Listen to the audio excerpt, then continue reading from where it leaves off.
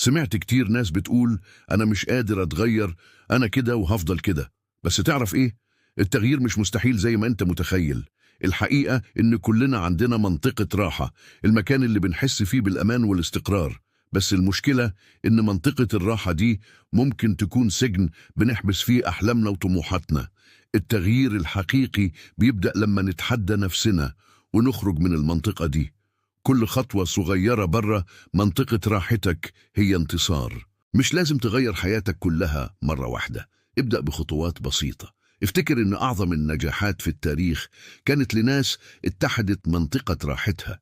النجاح مش موهبة، النجاح قرار وإرادة. انت أقوى مما تتخيل وقدراتك أكبر من اللي انت فاكر. خليك معانا في الفيديوهات الجاية، هنتكلم عن خطوات عملية للتغيير.